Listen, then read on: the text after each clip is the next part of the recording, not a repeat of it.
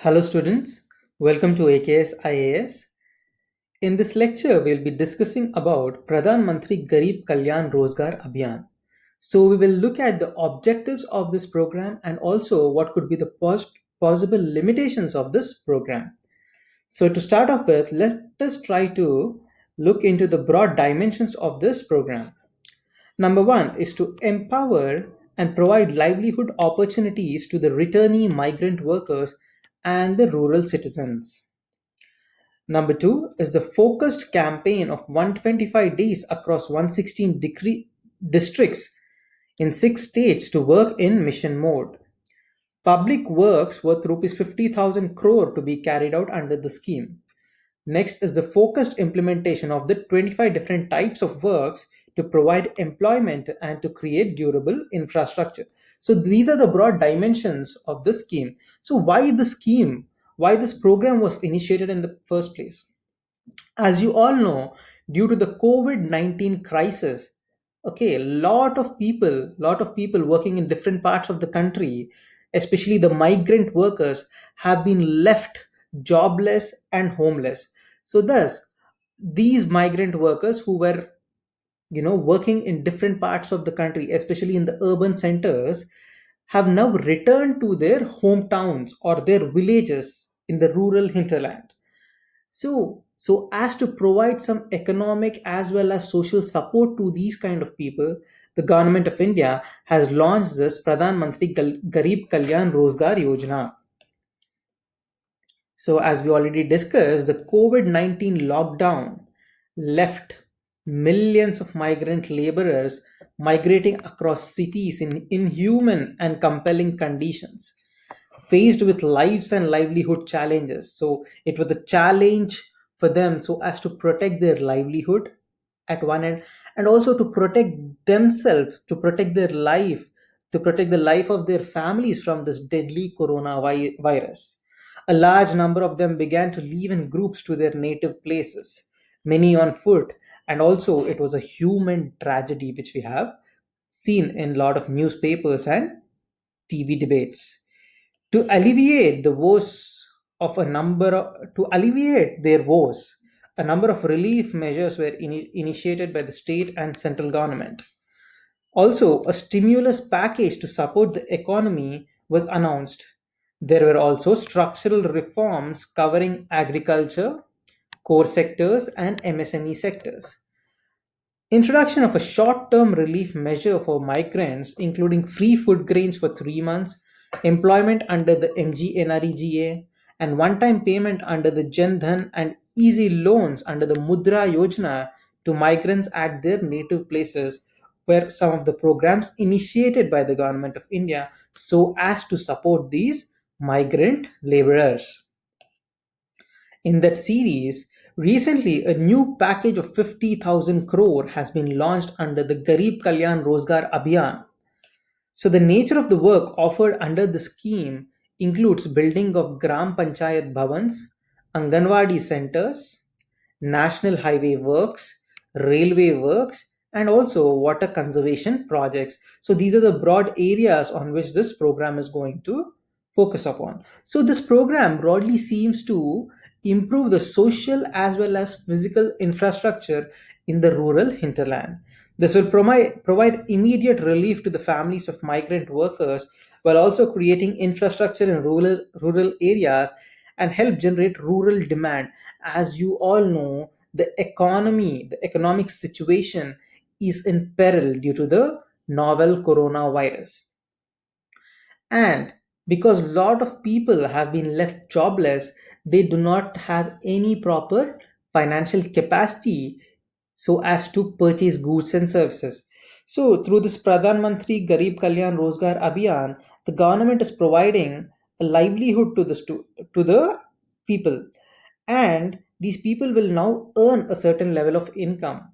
So once they earn this income, they will be spending on purchase of certain goods and commodities.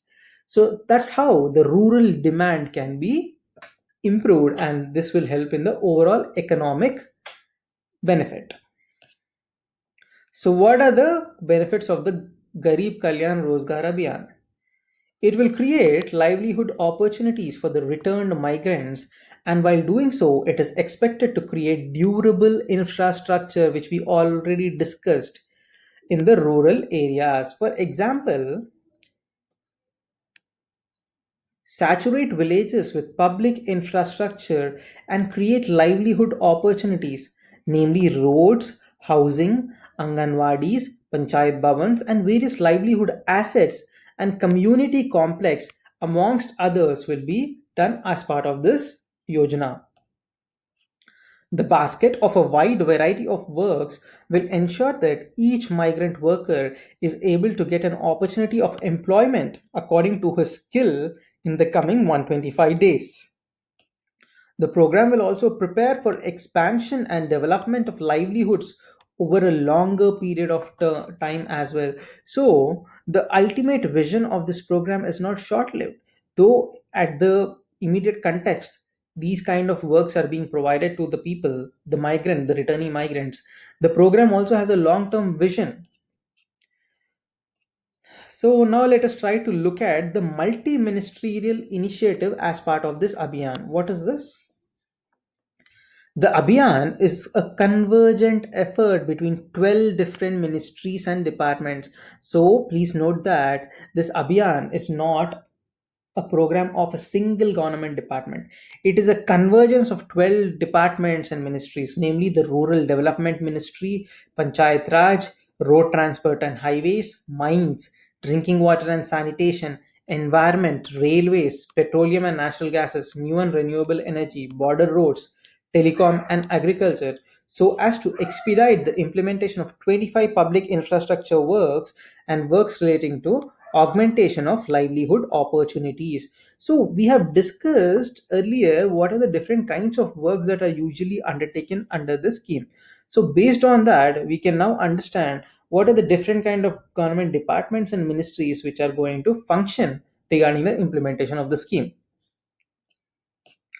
So, who is the implementing authority of this Abhiyan?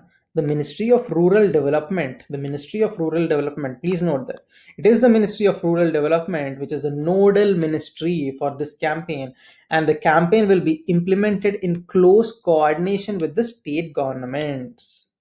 The central nodal officers of the rank of Joint Secretary and above will be appointed to oversee the effective and timely implementation of the various schemes in the identified districts. So, now let us look into the coverage of the scheme. It would cover the ones who return to 116 districts, 116 districts of the six states, namely. So what are the six states? These are the six states in which the number of migrants, the volume of migrant workers is very high, namely Bihar, 32 districts of Bihar, okay, 31 districts of Uttar Pradesh, 24 districts of Madhya Pradesh, 22 districts of Rajasthan, 4 districts of Odisha, 3 districts of Jharkhand. These 116 districts also include the 27 aspirational districts as identified by the Niti Aayog. So, what are the caveats or the limitations of the scheme? What are the possible limitations of the scheme? Number one is the exclusion of the states. It would be implemented only in the 116 districts of the six states. Thus, this program could be discriminatory, especially in states such as Chhattisgarh, West Bengal, okay, Kerala. These are the states where there are a lot of migrants, but still these states have not been included as part of this program. Then, inequitable allocation. Odisha and Jharkhand, with the large migrant workers, got less allocation in terms of the number of districts. As we have already seen, it was Bihar, Uttar Pradesh, and Madhya Pradesh which had more number of districts included in this scheme. But however, the poorer states like Odisha and Jharkhand with more number of migrants got very less allocation. Number three is the lack of universal coverage. The scheme will cover only two-thirds of the migrant workers who have returned, and one-third of the workers will fall outside its coverage. So, who will take care of these people is the question. Next is the lack of clarity in work allocation. Different stakeholders, namely the ministries or departments, district administrations, banking systems, will coordinate on such things, such as timely payments to the workers. To that extent, the scheme will face implementation challenges. So, what could be the way forward? Number one, it is to create a single IT platform. So, bringing all the stakeholders onto a single IT based platform, especially when the government is facilitating the role of an aggregator, will definitely be very helpful in the effective implementation of the program, so that there is better coordination and better convergence. Number two is the universal basic income. Woes of distressed migrants could have been redressed by giving a basic income, or as the second best the government could have made, a reasonable amount could be transferred to their bank account, such as the direct benefit transfer, so that by doing this, the people will be having some resources, some financial resources in their hand, through which they can take care of their families, feed them, and also take care of their health. Number three is creating a database of migrant workers. So, this is especially useful in the long term perspective. The government should seize this opportunity to build a database of migrant workers that could be used in the future, so as to create a social security system for them. What are the long term measures that could be taken? Creating a unified economy. Creating a unified economy where free movement of labor and capital should be allowed. States with older population would require younger labor, which states will, while states with younger population could supply this. So, in this way, if the economy is unified and there is an overarching structure over the whole economy, automatically there could be better utilization of the manpower, utilization of the human resources, wherein the demand and supply gap can be addressed. For example, in certain states, there are more human resources available, but there is lack of work.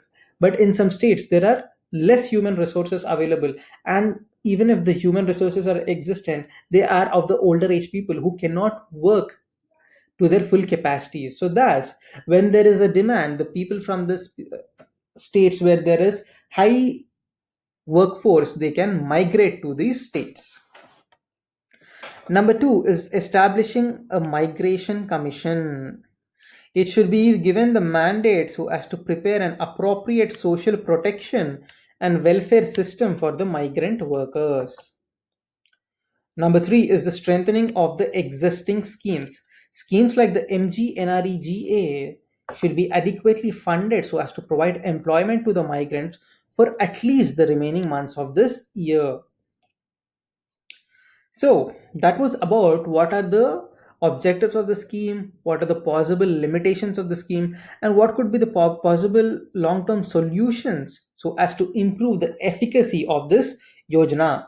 In conclusion, we can say that the intent behind the Garib Kalyan Yojana seems noble and a much needed one.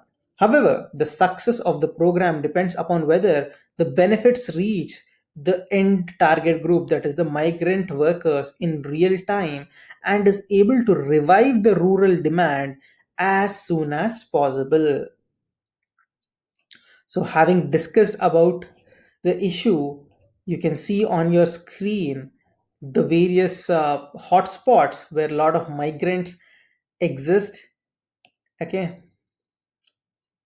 so this is the map of India, which is projecting the different kind of areas where the migration level is high. So here, if you see in coastal Andhra, there is a regular influx from Telangana and Odisha, and in Mumbai, Thane, Pune belt, it is one of the country's biggest hub for work-related migrants, and Delhi, Jaipur, Ludhiana is the most important center in northwest India where a lot of migrants come in. So this is a, and also you can see the Tamil Nadu region has a lot of intrastate migrants, those from within the state. So the people migrate from the rural areas of Tamil Nadu to the urban areas, mostly Chennai and likewise. So on your screen, you can see what are the major hubs of interstate migration, namely Maharashtra, National Capital Territory of Delhi, Uttar Pradesh, Gujarat, and Haryana. Having discussed this, let us try to understand a mains related question which you have to write for your practice. You can also drop the answer in the comment box below, or you can mail us your answer. We would be pleased to provide you some suggestions regarding the same. So the question says, in the COVID 19, large numbers of returnee migrant workers continue to face livelihood issues and economic vagaries. So the question reads, in the COVID 19 situation, large number of returnee migrant workers continue to face economic difficulties as well as as well as livelihood issues. So discuss the sufficiency of central government initiatives in providing the much needed reliefs. So the question is asking what are the issues being faced by these people, and are the measures taken by the central government sufficient to answer the plight of these people? So please try to answer this question based on the discussion we had. Thank you. Have a good day.